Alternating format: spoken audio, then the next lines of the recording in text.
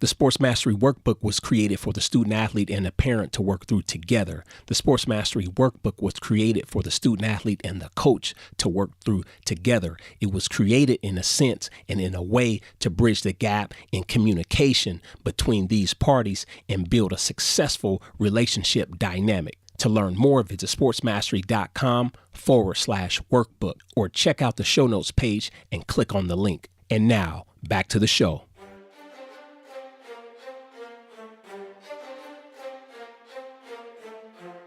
Welcome back to the show, ladies and gentlemen, boys and girls, heroes and villains. I'm your host, Deshaun Fauntleroy. I know your time is precious, so we're going to get right into today's show. In today's show, I have a gentleman coming on who's the host of the Mindset Game podcast.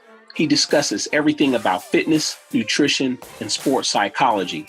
His name is James Roberts. He's a two-time Paralympian. He has an online training. He's a nutrition coach and the owner of James Roberts Fitness. James, tell us a little bit about what you're up to today. Not much. I got basketball training tonight, so it's quite for me. It's quite a quiet one, Deshaun.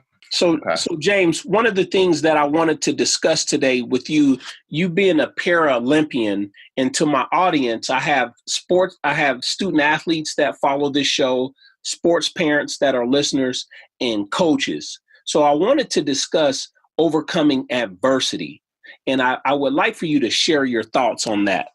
I think with overcoming adversity, obviously, with me having a disability, I've never looked at it wholeheartedly as overcoming adversity because I was born with my disability. So I kind of looked at it, well, it's the hand I've been dealt.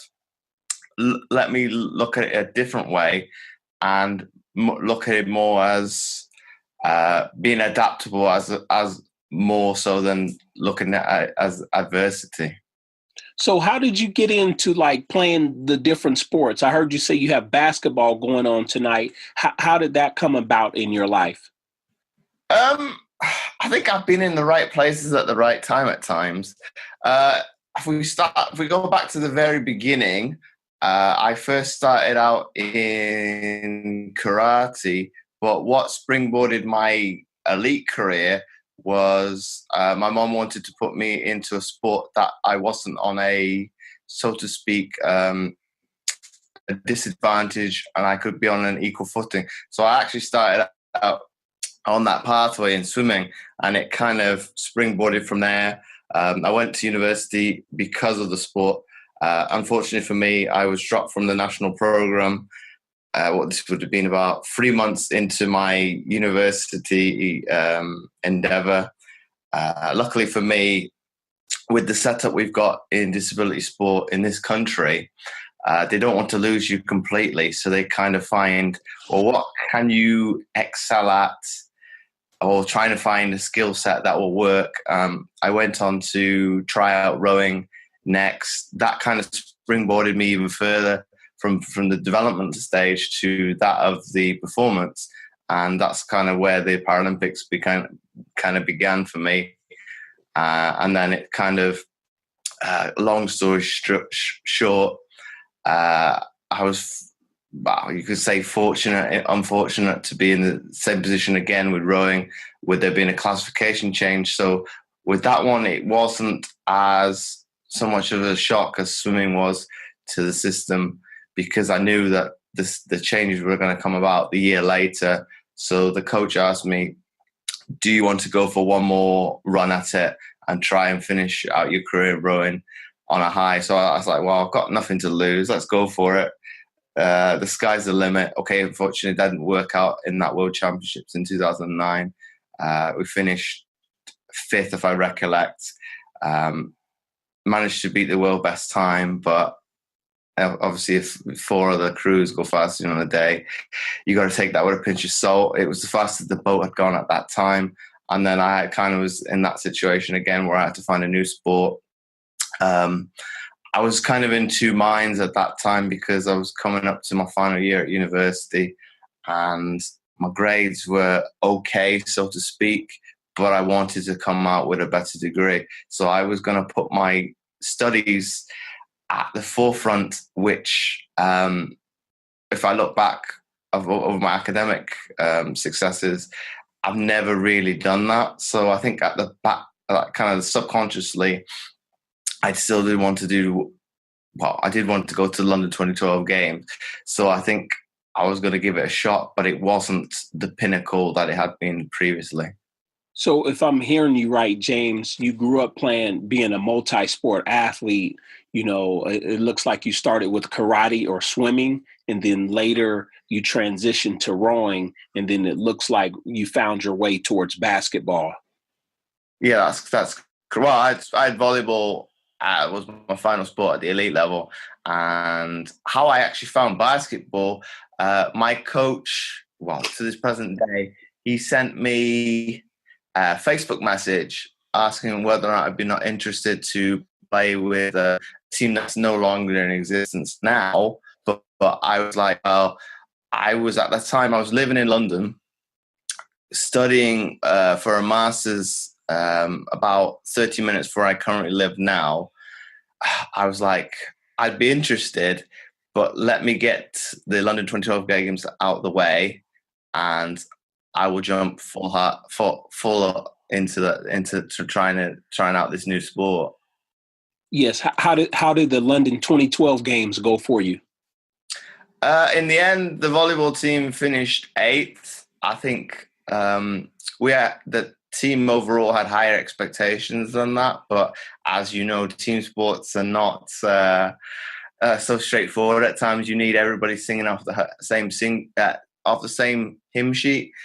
I think realistically, for where the team was at that particular time, I think we did as well as we could have done. Okay, the things could have gone differently, but that's not the case at that higher level.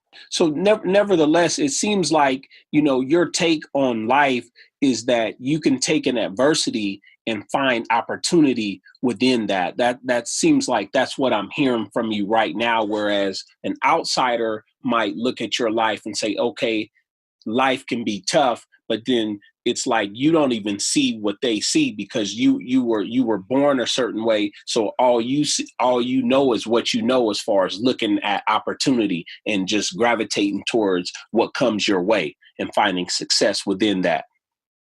I definitely agree, Deshaun, because there's no point. I think as society now, we look at, how would I put this? What is the bad side of things, and society is playing me a bad hand, whereas I think you should look at it more positively.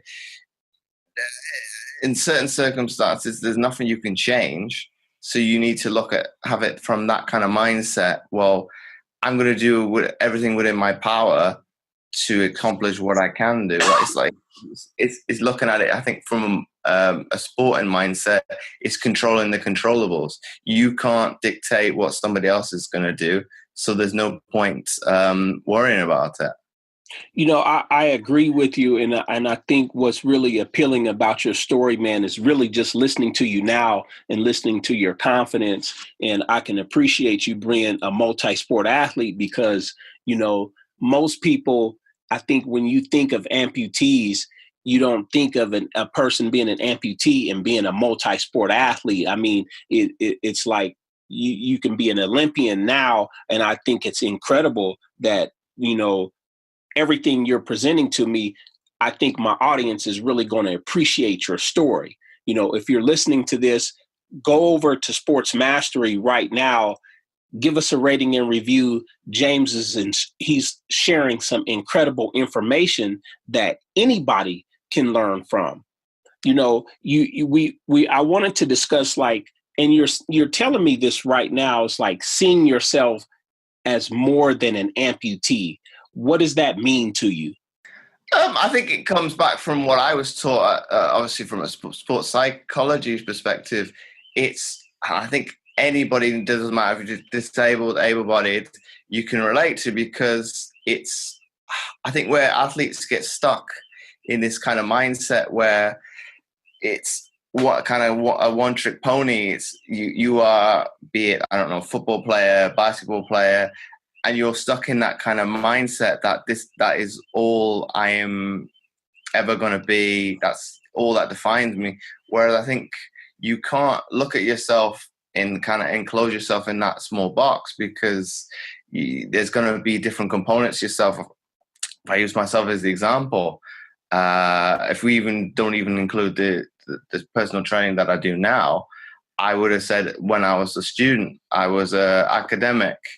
Obviously, I had the sport, I had a disability, but I didn't define that one component of myself as that is going to be me, and that's it.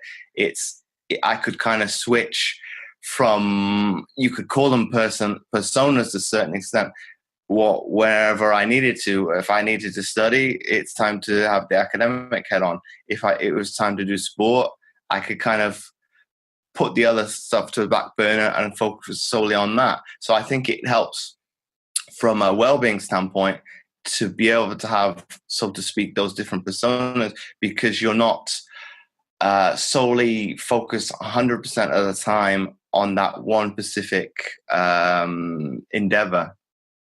You know, I like what you're saying, because I often speak on this subject matter or around it with other student athletes and other parents, because, you know, what comes to the forefront at some point is you're defined more than an athlete. Like, you are a student. At some point, you are going to go into the workforce. At some point, you're probably going to rise and start your own company. And we often talk about this, you know, like life after the sport, and then not waiting to figure that out. And I appreciate what you're telling me here, as far as like the different personas, or being able to compartmentalize, you know, when it's time to be an athlete, when it's time to be a student. And I heard you mention your personal training business. We're going to get to that, you know, so that leads to the question is like, when or at what point did you start seeing yourself as more than an athlete? Because you're a high level athlete,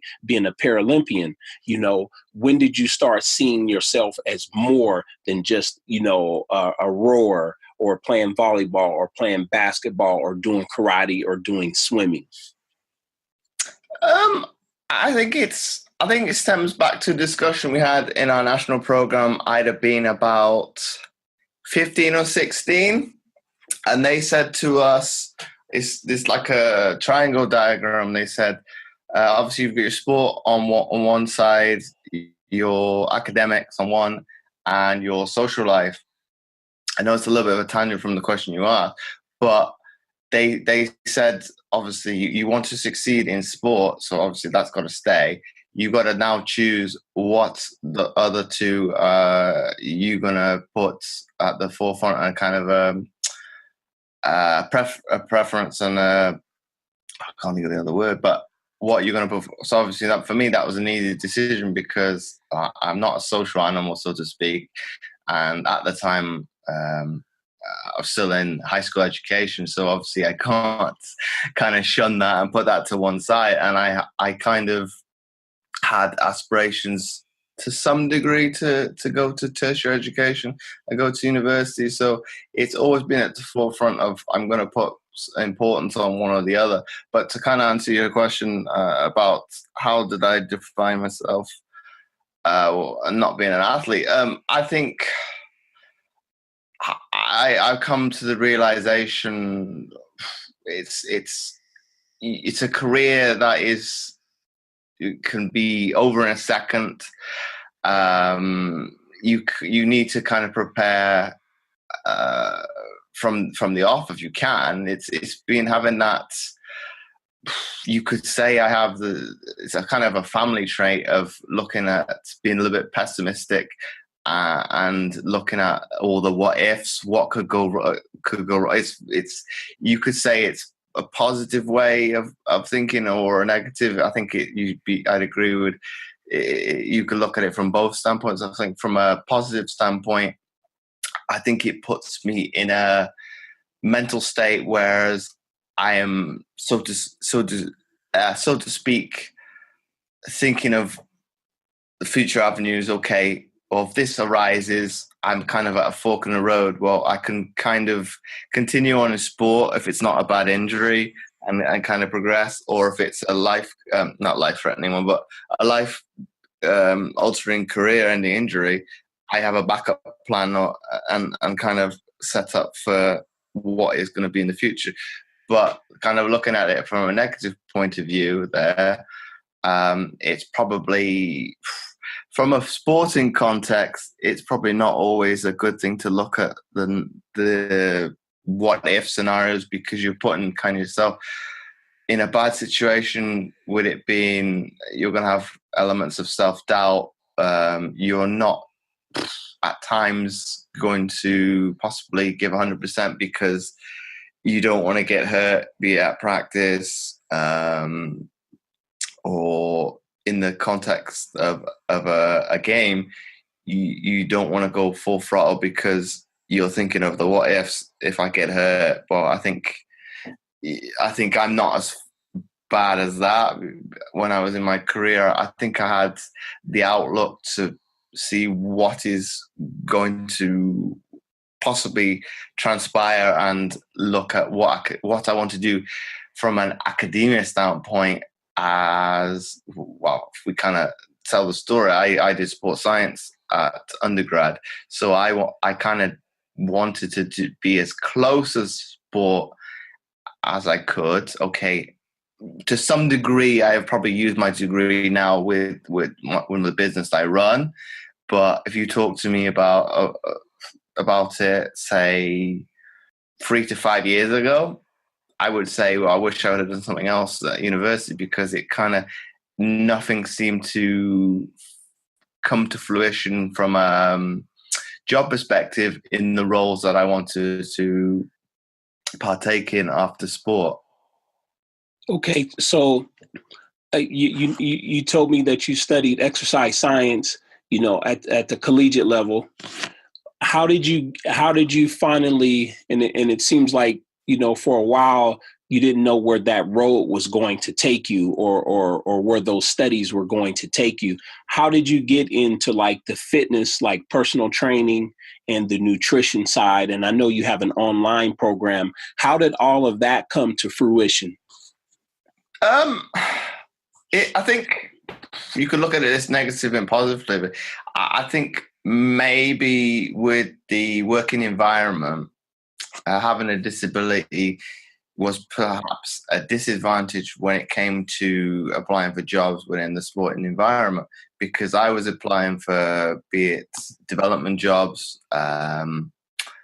to, gosh, what would they be called? Like get athletes from grassroots up, starting out in sport and things like that. So it was kind of fathering me, well, why am I not even getting an interview for these jobs? Because you would think, on the simplest of terms, what I'd achieved at the sporting level would fit the role of the job. But I think I think now I've come to the realization, okay, there's going to be more prongs to just that. It was probably maybe a little bit of frustration, because at the end of the day, a lot of those jobs is number crunching. That's something that's a skill you can learn. Whereas getting from, we'll call it in simple terms, from A to B at the sporting level, I've got real world experience to be able to do it. So you can't just pick people off the street to do that. There's only a selection of right that have been able to do that. So from that one, I think it came to a halt, and I kind of got frustrated. And it's like, my family mentioned to me, why don't you go into do personal training? And this would have been, I think the first instance where it arose, that conversation would have been not long after London 2012. But I think at the time I wasn't in the right frame of mind, because even though I've got the disability, and if I would have trained able-bodied clients how to treat them no differently, I've probably been very, very harsh on those individuals. I know some people would be able to take it with a pinch of salt, some of the comments I would say.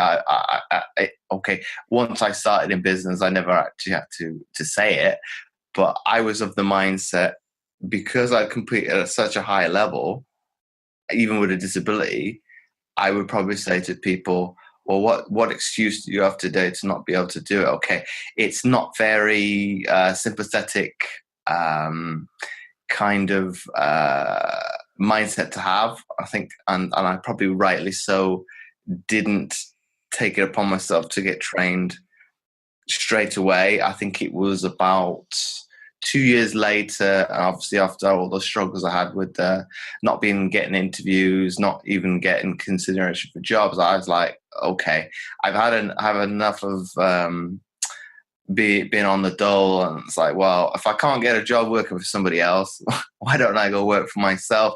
And I took it upon myself to apply for the training courses, and within 6 weeks I was qualified, and the rest is history.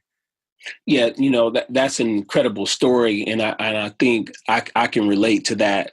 In when you first start coaching, or when you first start training or working with people as a former athlete, we come in like we have a really competitive mindset, because we want to train to get you to the highest level. It's always, in my mind, it's always like, how can I help an individual reach their genetic potential? And sometimes the truth of the matter is that not everybody wants to go that far, or they might say that they want to be a champion or be the best at something, but then their actions, they don't match up to their words. And that can often be frustrating, and for us as coaches, we have to take a step back and see where a person is on a psychological level. And then maybe we might have to take a few steps back to go forward. It becomes interesting once you start, the physical training is on one end, where you can compartmentalize that. And then like it's the mental and the psychological, as far as like what's driving a person, and then like, how do we find those buttons to push, to get them to go further if they're expressing, they have, depending on the goals that they have, which, it can be, sometimes it can be a tough experience, but other times, it can be a tremendous learning experience on both ends.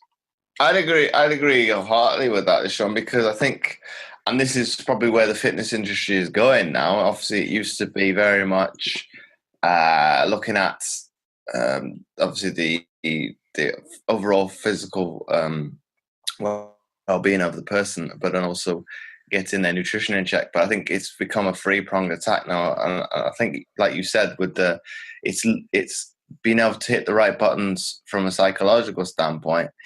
That is, I think, where the industry is going now, and it's looking at the three-pronged attack. It's looking at, well, what are your buttons to push? Why are you making the decisions that you are, and things like that? And I think, where, like you said, you took a step back. I think where I have done in probably the last year or two is I put more onus on the client, or be it the person that's seeking advice, and making them be more accountable of their actions. It's putting more onus on them to want to change. Whereas I think in the past, and this is, I think, an industry standard, people have come to fitness professionals to seek advice, and they've kind of put all their, how would I put this? What we'll call them problems at the feet of the trainer, Right? Expecting them to kind of pull them along. Whereas I think nowadays it's like, well, it is a partnership, so to speak. So you got to be accountable to some degree, because if we use the gym example as one, and then the online as another, and I'll come to that. I think with the gym environment, say, for example, the person comes to you once a week. That's only 1 hour out of a 24-hour day. I can't control what you, well, so to speak. Well, I think 23 hours is probably maybe over exaggerating a little bit, but I can't control what you do. We'll say on average you're awake maybe 15 hours a day. With the other 14 hours a day, I can't be there holding your hand. So you need to be accountable for the other times, and that's kind of like an extra boost, so to speak. And it's okay. You can contact trainers outside of that 1 hour window, okay, I think some people feel bad that they do. It's like, well, you are paying for it, so it's not going to hurt me to answer an email, a phone call query, Facebook, whatever social media kind of outlet that you have.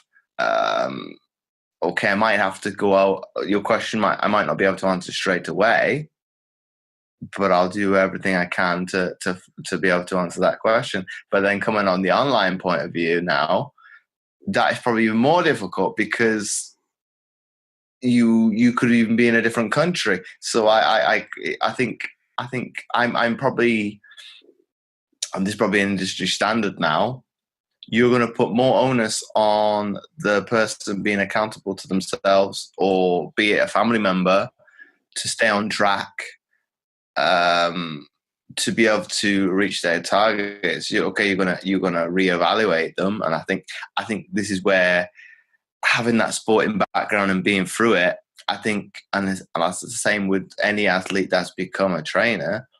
I think we relate back to how we were trained to a certain extent, be it from periodization, because we know that it works. It's a form of training that is going to try and get the optimum out of the individual and get them. Okay, there's going to be times when it goes wrong and you are fatigued when it comes to a competition, but most of the time it is designed for you to peak at a certain point in time. Okay, yes. That's not the overall goal of, say, somebody off the street, but that is going to get them results.